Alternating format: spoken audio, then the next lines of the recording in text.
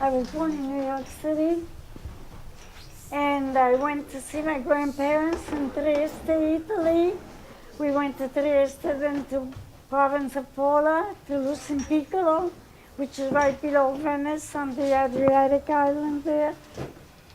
And when the Germans came, advanced from the southern part of Italy, they came to the northern part out to our town, which was Neresine and Lucin Piccolo. They took us, they incarcerated us. They came and arrested us and took us to, I went to Trieste first, to all the prisons there, and my father and I were taken.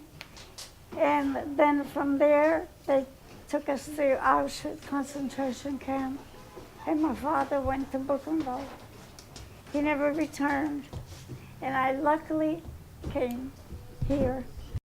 Okay, so you were taken when you were in Italy, and you were transported to Auschwitz. Yes. Now tell us your experiences in Auschwitz. Well, they're very brutal, very bad. When I got there, I never knew what it would be like. At first, they presented us with this gate and everything. We thought everything was fine. And they told us to bring your luggage, put them on. They took all our luggage. And that we'd be there for a short time, whatever. But instead, they kept us right there for a long time, about more than an hour, and then I lost track how long. And then they brought us into a big hallway, which was at first, we saw a big, beautiful corridor with a beautiful building there on the side and the mirrors on the wall and everything. And they told us to sit for a while, that they'll be joining us. Instead, we waited and waited, and then they told us to come out. So we were parked on the corridor there, and we waited for a very long time. And then they came out, the officers, and they told us we must go to another building. So we went down, and where we went was down a basement, down the steps, into a great big hallway. And there they told us to disrobe, take our things off. And they searched us, of course, put our belongings, jewels, whatever on the table. And from there they took us to another room. They shaved us all over and then put insecticide, all over our body, whatever. It was a very shameful, painful thing. And there I had a disrobing of all the people, which I never even did at home. I never did that in front of my mom and dad. And here I was with thousands of people, and I had to do that. I thought I would die then. I wanted to go right into a hole somewhere. Okay, can you describe the day-to-day living in the concentration camp? What keeps you together? Well, mainly it was the prayer and praying to God, please get me out of here. And I just didn't know what I was doing there, and seeing all these people and the living, and it was just horrible, just terrible. The place was awful. The roads were full of mud, water. When it rained, it was just awful, just suitable for a concentration camp, for people to just live and die, that's all.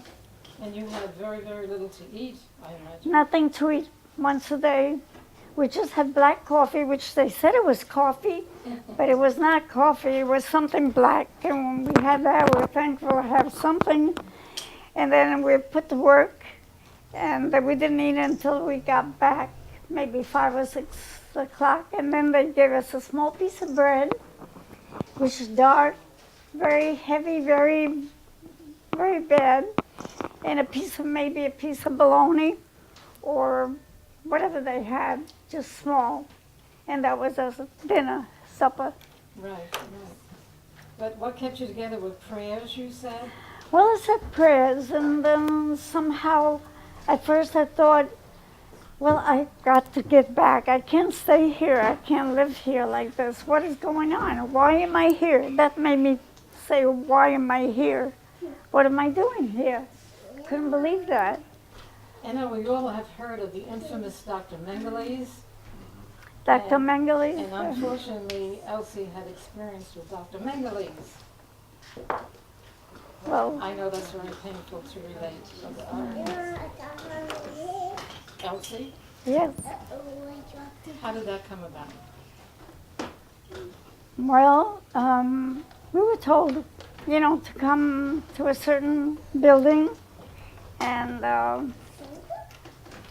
well, we were told to disrobe part of what we have. First, we had those uniforms, the prisoners' uniform, gray and striped gray and gray and blue, light blue uniform.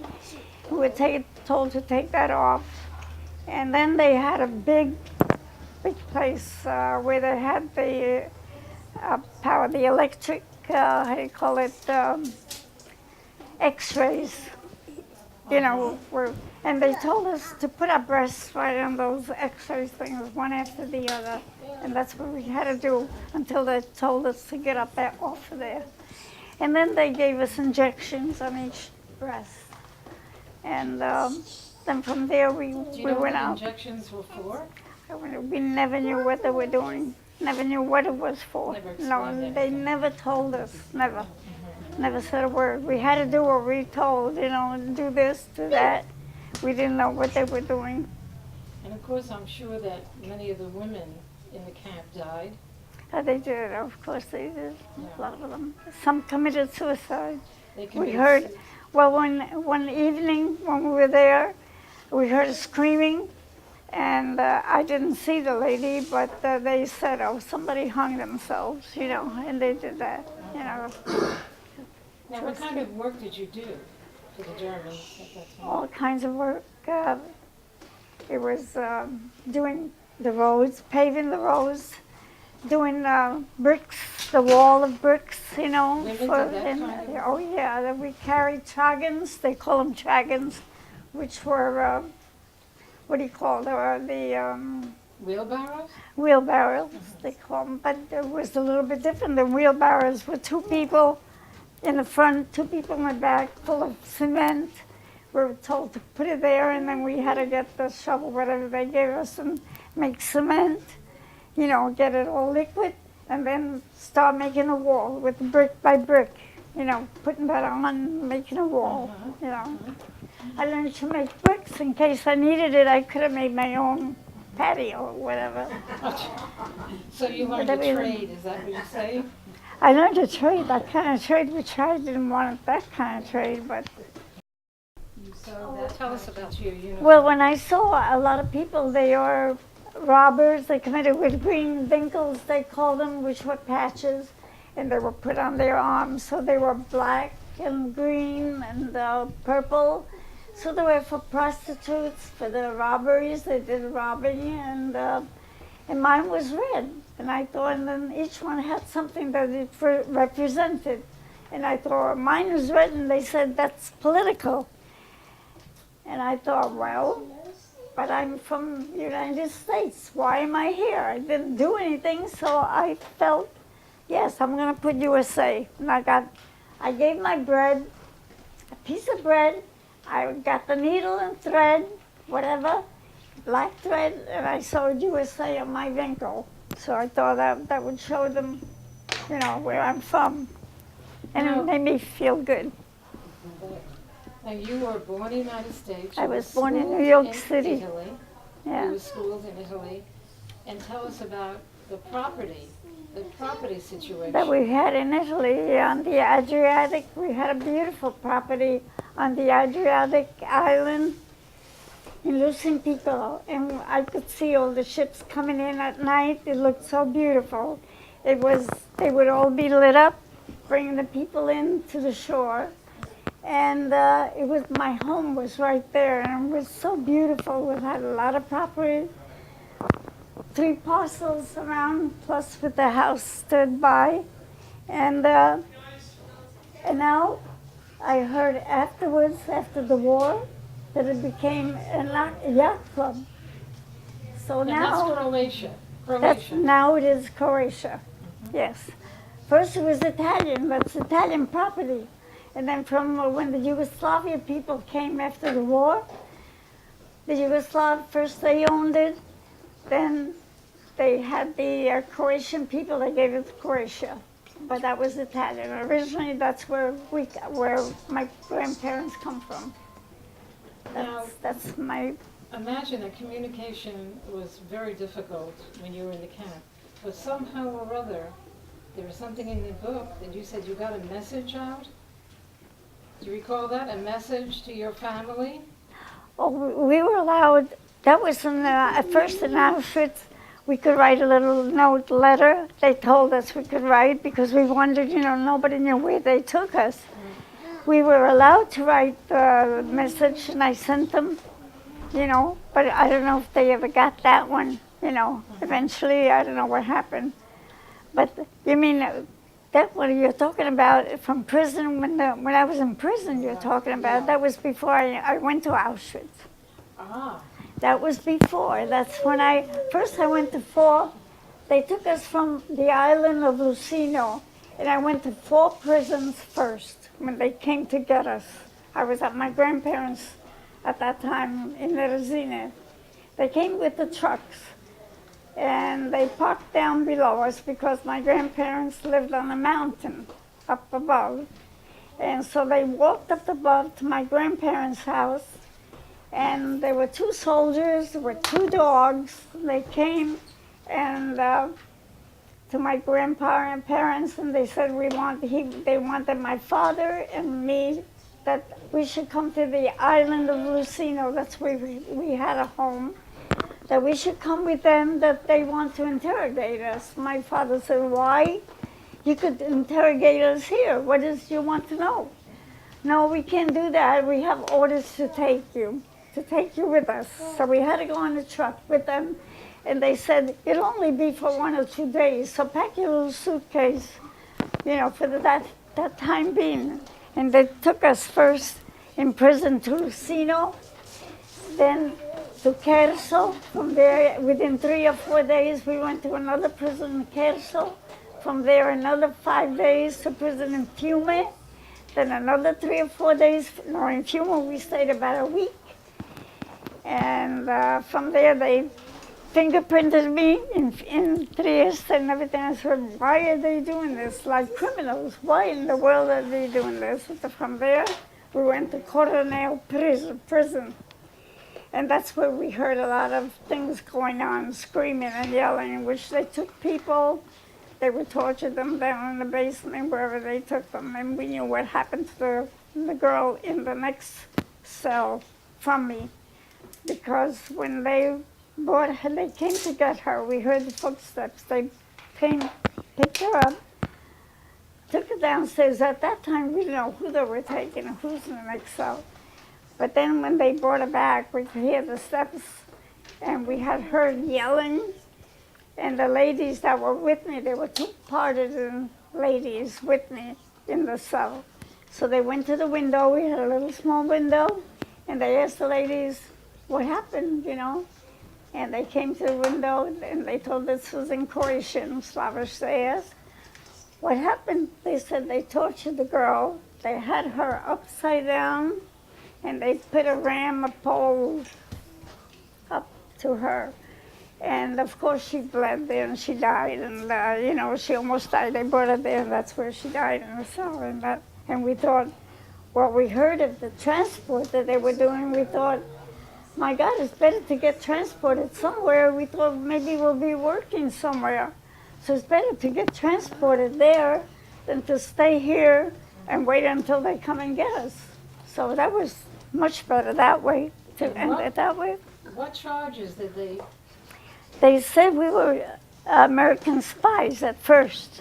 That's what they charged you with, right? Yeah, then they said that my father was signaling to the planes when they come in. Mind you, my father used to smoke, that he was smoking in the porch, and he was signaling with his cigarette to the planes that were coming above, which was ridiculous, and they said that I did the same thing. And I never smoked in my life. So they knew that that's false. But then I found after the war, everything was false. They said we were Jewish, we're spies, everything. And I didn't know anything about spying. I was 17. What did I know about spying? Who cared, about politics and everything at that time? Now, did you have any communication with your father? I know that he went to Buchenwald. Well, the last time I saw my father was when we were both in Trieste. And that's a big prison, Trieste, that I was talking about. And they told us to come, they told us to go downstairs. They're beginning to transport, to go on a train. I'm losing my voice now. To go on a train, and all of a sudden I see the men coming, a line of the men coming. And I was, of course, with the women. We were waiting for the train, and I see the men coming. And I spotted a beautiful face, and it was my father. And I ran to him, and he ran to me, and we embraced. And my God, so beautiful, and the German came and said, "You schmutzig, get out, go away." They separated us, and they told my father, "Go away, go that way, and you go that way." And that's the last time I saw my father. Now, in the book, you detail the fact that you suffered from malnutrition, correct? What? Malnutrition, because you had so little to eat when you were in the concentration camp. Yeah. How did you get the fortitude to do the work that you were called upon to do? You were frail, you hadn't eaten, you were so Right, I had skin and bones. I didn't see no mirrors or anything, but I knew I had skin. You don't see, all you see is bones. My face, they had to remember when they took us in there, we were shaved and we were cut. Our hair was cut up to here. I had beautiful long hair. My father loved my hair. It was wavy, we should say that you were right up to here. a former opera singer. I was, yeah. Elsie sang opera when she was in the United States, correct? Well, when I came back from the camp, yeah. I had to do that in order to forget everything. I went to school. I went to work within 2 weeks. I got a job in a bank. I did that. Then I went to school, continued my school, and then I went to the opera. I joined the opera group. How many years were you in the concentration camp? A year and a half A year and a altogether. half. And then how did the release come about? Well, Was the one of Swedish Americans Red Cross. Swedish Red Cross came and liberated us. They made a pact with Himmler. If you remember Folke Bernadotte, who was the director in Sweden, they made a pact to liberate some people. Finally, after years, they said, okay, you could come in. So they took a group of people, which was from Sweden, from some people from Denmark, just around the area, some locations. And I happened to be an American girl. They took me with them. And that's how we were liberated on the Swedish Red Cross. The buses came in, took us to Denmark, and then to Sweden. And then you came back to the United States? Yes, I stayed with a family for 9 months, and they were so beautiful, so good to us. Yeah. It's a blessing, isn't it? Yeah. And Well, I Elsie came has back. written a book, An American in Auschwitz, an inspirational biography of faith, tenacity, and patriotism. And you're welcome to buy one of these books. And it's really a memorial. And when they tell you that there was no Holocaust, That's what did it. That's what got the book going. When they told me, it took me 35 years to be able to speak a word about anything. I wanted to forget. That's why I went to work and I went to school and I went to the opera. I crammed as much as I could so that I don't think about it. But when I heard in paper that didn't happen, that didn't exist, and some people from California, from the California University in California. Berkeley? No, the Los Angeles, California Institute. They wrote in a paper, no, that never existed, it's all a lie. When I read that, I said, oh, you can't do that. I said, I'm going to vindicate my father and myself. That did exist, that did happen. I was so upset. It took me about 2 weeks But I would get up 2 o'clock in the morning, start writing, have nightmares after that. But I said, no, okay, I'm gonna, because I had to bring everything back, what happened. And I said, no, I have to write this book. I have to let people know. I have to vindicate my father for my father. I did it for him. I came back in the States in 46. I got into working in a bank, and about a year after, I found out through the mail to the Red Cross that he died in Germany in the Buchenwald. Well, open to questions. If anybody has any questions for Elsie, please feel free. Elsie, you said you were an opera singer. Did you sing when you were in your cell? Well, I used to sing when I was in Italy. I sang in churches. I loved singing in church. I loved all the time. I loved singing. And then when I came to the States, I also joined some groups, and then when I came back from the camp, I was working, I met a girl that used to sing in the opera that she, so she told me, come and see me, And I went there, and this Mascani, the madam, she met me, she introduced me to her. She said, Elsie, let me hear your voice. So she took me in a room, let me hear you sing. And she sang at the Mascani Opera in Milano.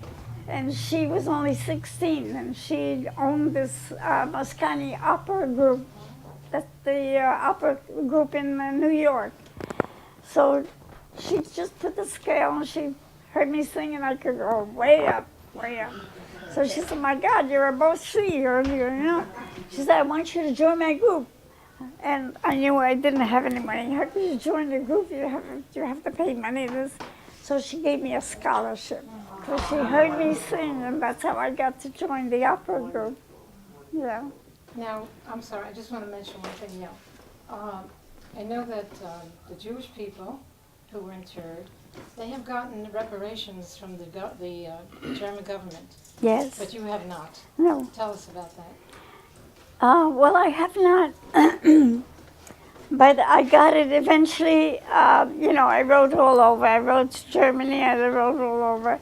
So when they opened in 1995, they did Ravensbrück, where I was. They were decorating, redecorating, doing something, and then they called me. They sent me a letter. They would like to have me there to join in the group, the reopening of Ravensbrück. Not reopening, but to show the people the grounds. And I didn't want to go at first, but then I thought I'll go. And that's how it gave me, when I signed, they had my name and everything, so they paid me for the labor that we did there, but they never paid me for the experiments that they did on me. So that was not done. I lost my hearing because they hit me so hard. Blood trickled down, and I lost my hearing, and other things happened. So, Yes.